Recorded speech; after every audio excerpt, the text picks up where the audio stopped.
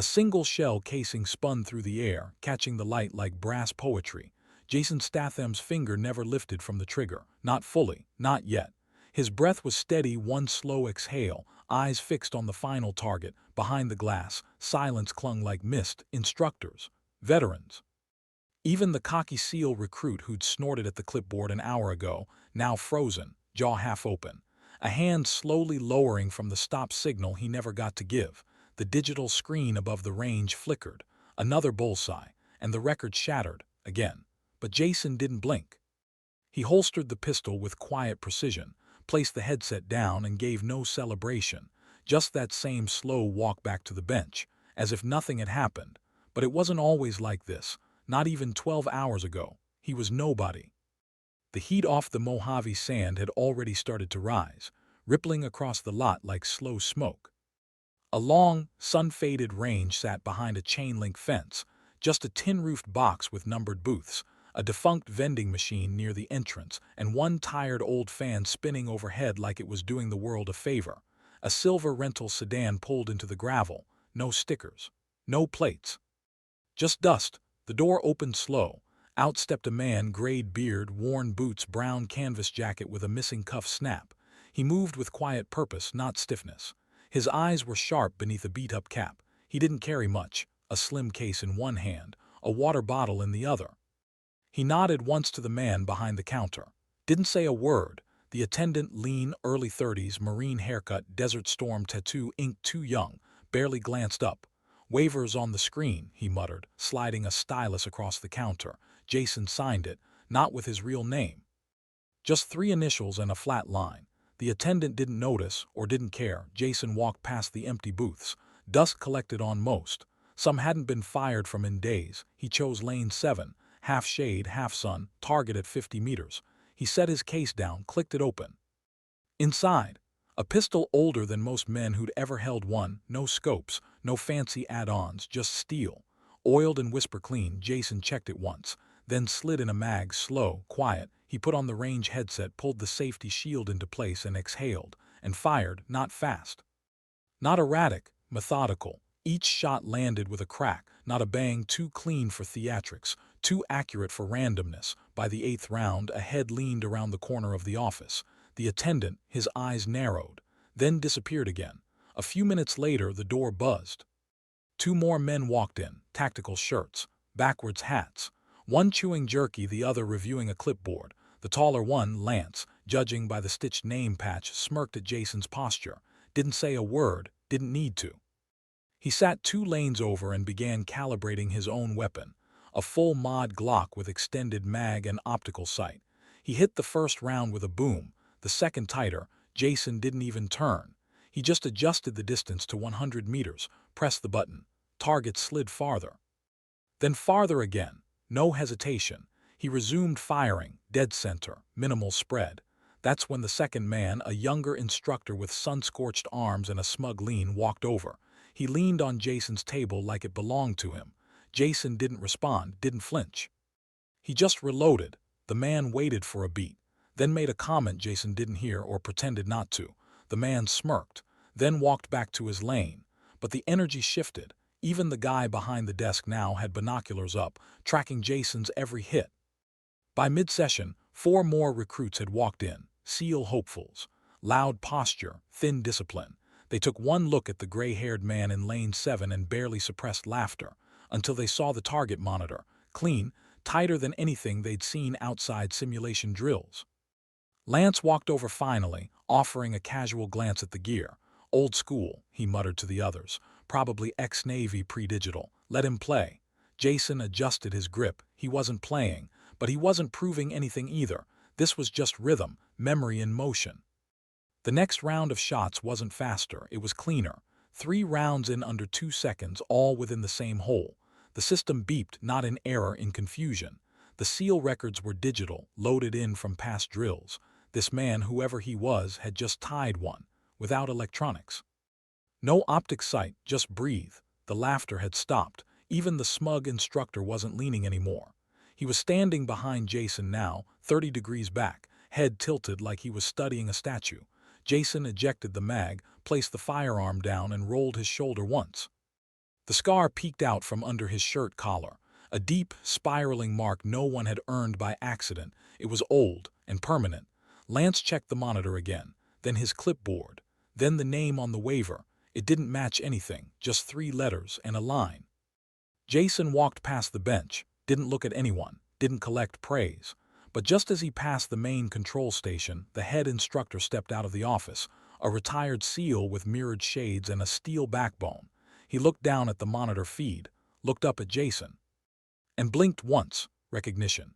Jason paused, not out of courtesy, out of calculation, like he was scanning something only he understood. Then he raised the headset, hung it on the hook, and returned to Lane 7. For one final sequence, long range, standing, rapid fire. Everyone stopped. Even the office printer fell silent. Jason lined up, breath in, slow, and fired. 12 rounds, each at a different distance, each hitting home. When the last shell hit the floor, you could hear a single exhale from the youngest recruit. No applause, no words. Just realization.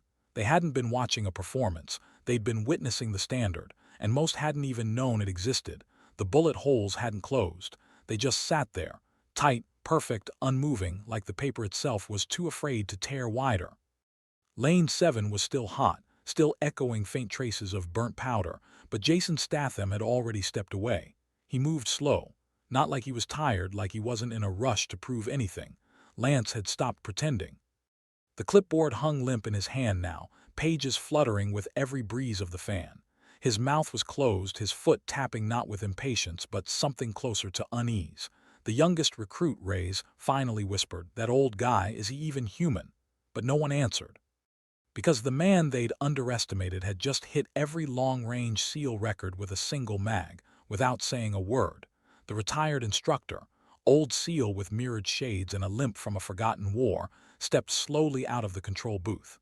He didn't speak either. Just walked toward the lane, boots scuffing faintly on the concrete. Jason was back at the bench. He was cleaning his weapon, not like someone who respected his gear, like someone who owed it. The SEAL instructor watched him for several seconds, then took off his glasses. Recognition deepened. But it wasn't friendly. It was buried guilt, the kind that comes from decades of silence around a name everyone was told to forget. Jason didn't look up, didn't acknowledge him, just kept wiping the barrel, once clockwise, once counter. And then came the voice that broke the silence. Not the instructor, not Lance. It was Reyes, the kid. He stepped forward from the back of the range, nerves barely disguised under his smirk. "Hey, Grandpa, mind if I try your lane?" The joke didn't land. Even his friends didn't laugh. Jason said nothing. Reyes kept walking. "Gotta see if the targets are rigged or you've got some magic hands." Still nothing from Jason. Reyes stood just behind him now, looking over the bench. "What's that? Custom iron sights, old school like Vietnam." Jason looked at him. 1 second. Then dropped his eyes back to the cloth in his hands. Reyes smirked. He moved into the lane, picked up the headset. "Mind if I beat your score real quick?" Jason let go of the rag, stood, and walked away, didn't challenge, didn't stay to watch. Just walked to the water cooler and took a sip like this wasn't worth a response. Reyes called out, "What, scared I'll outshoot you, old man?" No response. The instructor looked at Lance. Lance shook his head slowly. "He doesn't care, but you should." Reyes loaded his Glock, squared his stance, and fired. The shots weren't bad. They just weren't Jason. By the 5th round, his pattern was already spreading. The 6th missed the ring completely. The digital screen beeped. A yellow highlight, incomplete. Reyes lowered the weapon. Glanced at the others. Wind's off in this lane. Silence, no wind, no excuses. Jason stepped back toward his bench, didn't look at the target. Just opened his case, placed the weapon inside, and clicked it closed. Then he reached into his jacket and pulled out a folded document, old, creased, and thin with time. He slid it across the counter to the SEAL instructor. The man took it, unfolded it. Inside, a declassified mission sheet. Operation Red Veil. One of the first Black Ops deployments into unmarked territory. No survivors listed. No units confirmed. But one name was printed faintly in the inactive assets section. Statham, J. The instructor's face dropped half a breath. His lips moved, but nothing came out. Jason was already walking to the exit, and that's when Reyes snapped. Whether it was embarrassment, panic, or youthful stupidity, something in him cracked. He stepped out of the lane, reached down, and knocked Jason's case off the bench. It hit the ground hard. The pistol skidded. Everything stopped. The instructor stepped forward, hand raised but too slow. Jason turned, not fast, just enough. And with one smooth motion he swept the fallen weapon from the ground, spun it once in his palm and aimed it. Click. Trigger squeeze, no bullet, but the aim. Dead center between Ray's eyes. Jason lowered it just as fast, holstered, and walked out. Ray didn't move. The entire room froze, even the fan had stopped. The instructor opened the file again, looked at the mission notes, then at the case, then at the target lane. And then finally at the kid. "He's not just some vet," he muttered. "He was the ghost they trained after the training manuals were sealed." Ray sat down, didn't speak, didn't smirk again. Jason was already outside. He stood by the sedan for a moment, staring at the fence line. Then looked up, toward the mountain range, toward a place no one else could see, where once a facility stood. Now just stone and memory. He got in the car, started the engine, didn't drive off. Because in the rearview the instructor had walked outside carrying the file. He tapped the window once. Jason lowered it 2 inches. "Why now?" the instructor asked. Jason didn't answer, but his eyes flicked down once toward Ray's, still frozen inside, then toward the broken records on the monitor. And finally, toward the unopened locker behind the desk, long sealed, marked for JS. The instructor looked back, realized Jason wasn't here to prove anything. He was here because a threat was returning, and nobody at the range had seen it yet. The wind had shifted by sundown.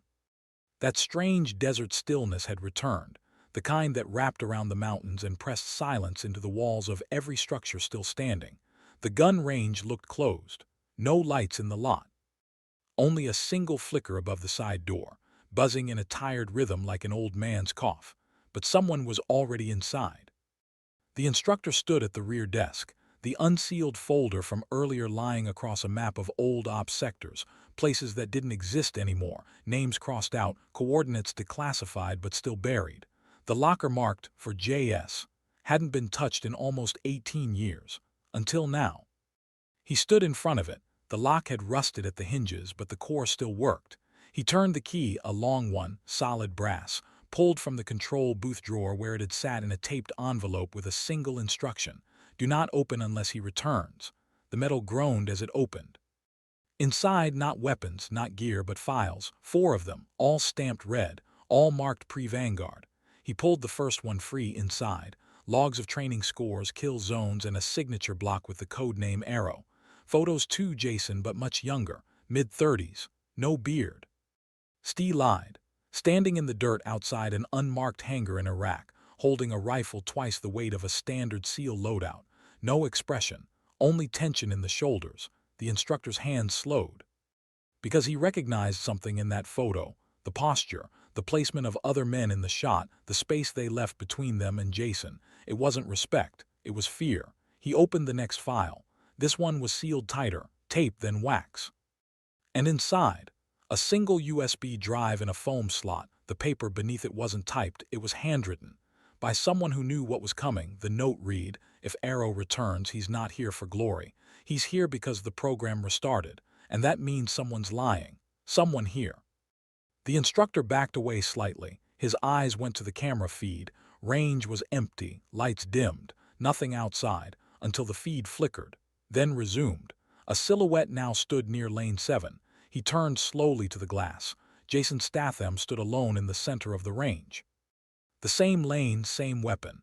But this time, no targets were raised, just his own silhouette against the back wall. He wasn't firing, he was waiting. The instructor pressed the intercom. "What are you doing?" No response.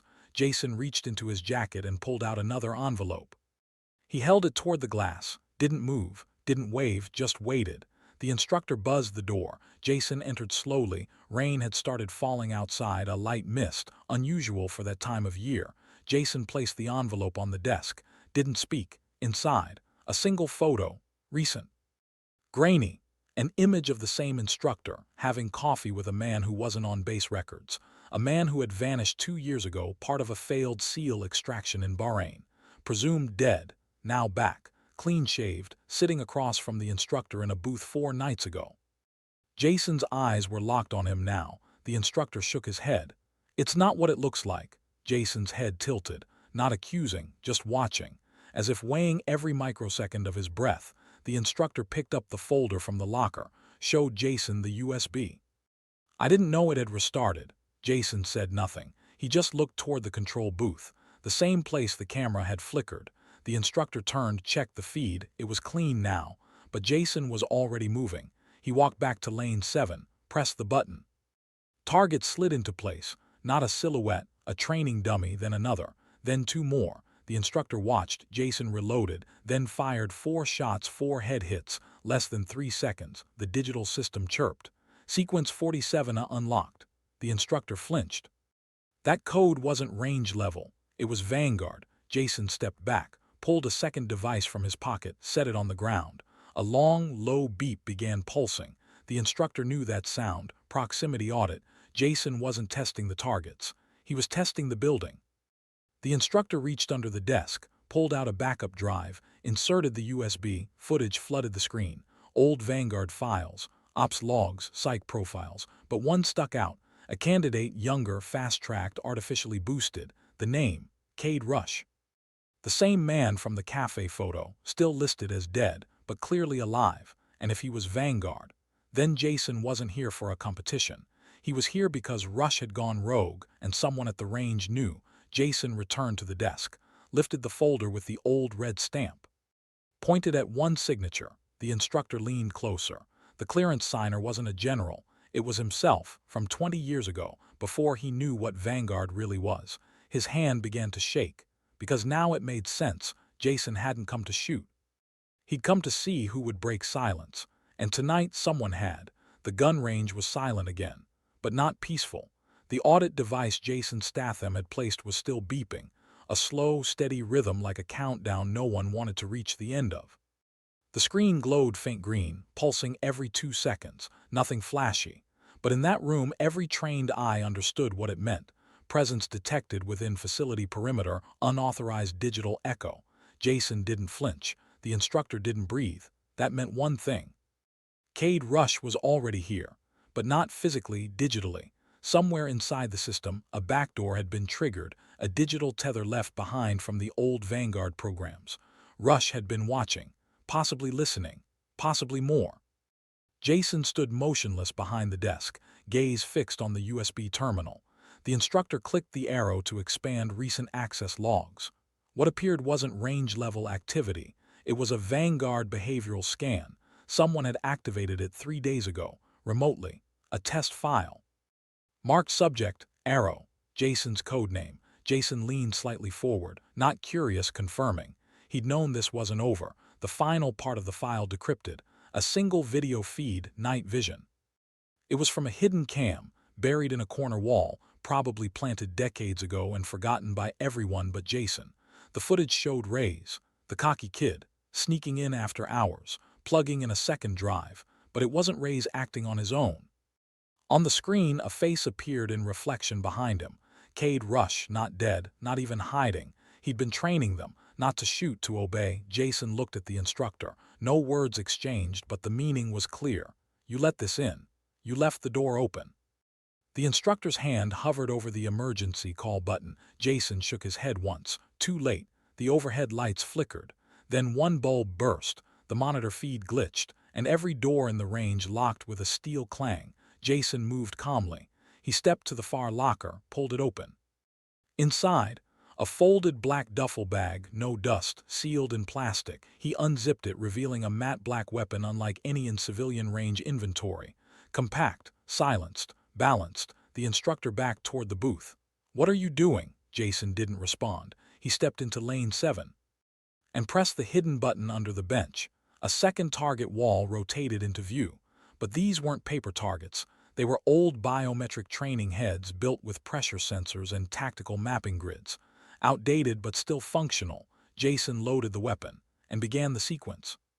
The sensors lit up. Red, blue, yellow. They moved, twitched, shifted angles mid-fire. Jason adjusted, fired. Every shot matched trajectory, impact, suppression, neutralization. The sequence wasn't a test, it was a message. The screen lit up again, now showing a live feed. Cade Rush, clean suit, standing outside the fence line, headset in, staring directly into the external camera. "Nice of him to warm up the system," Rush muttered. Jason turned slightly, looking at the screen, then at the instructor. who now realized what was happening. This wasn't a demonstration. This was a signal. To rush to Vanguard, that Jason Statham had reactivated himself, not to rejoin them, to warn them. Rush tapped his earpiece. The system speakers activated. His voice came through the range like an echo from nowhere. Tell him it's too late. I've got a dozen like me now, faster, smarter, no scars. Jason walked to the terminal, typed one line, still no silence. Rush paused, then laughed. Old man still playing riddles. You had your era, Statham. This one belongs to us. Jason looked at the instructor again. There was a choice here, not about killing, about who lets it happen. Jason picked up a black chip from the case, small, glass, glinting red. He slid it into the terminal. Every monitor went black, except one. That monitor showed a folder titled, End Quiet. Inside, classified footage, ops footage. Of Cade Rush executing unarmed prisoners during his final mission. It hadn't been an ambush, it had been a purge. Jason didn't look back. He simply turned to the instructor, who now understood everything. Rush hadn't faked his death. He'd been hidden by the same command that buried Jason and trained new versions. Jason stepped back, and for the first time he spoke, not loud, not angry, just 3 words: you knew better. Then he walked to the door, still locked. He placed his palm on the exit scanner. The scanner blinked, accepted, door opened. Only Jason had access now. As he walked out into the night, the desert wind had picked up. Dust spiraled past his boots. The range lights flickered behind him, and for a moment everything held still, until the screen inside blinked once more. Rush had vanished from view, his final words still echoing. We'll see. But Jason was gone, not into hiding, into motion. Because now, the game wasn't about breaking records. It was about breaking the cycle.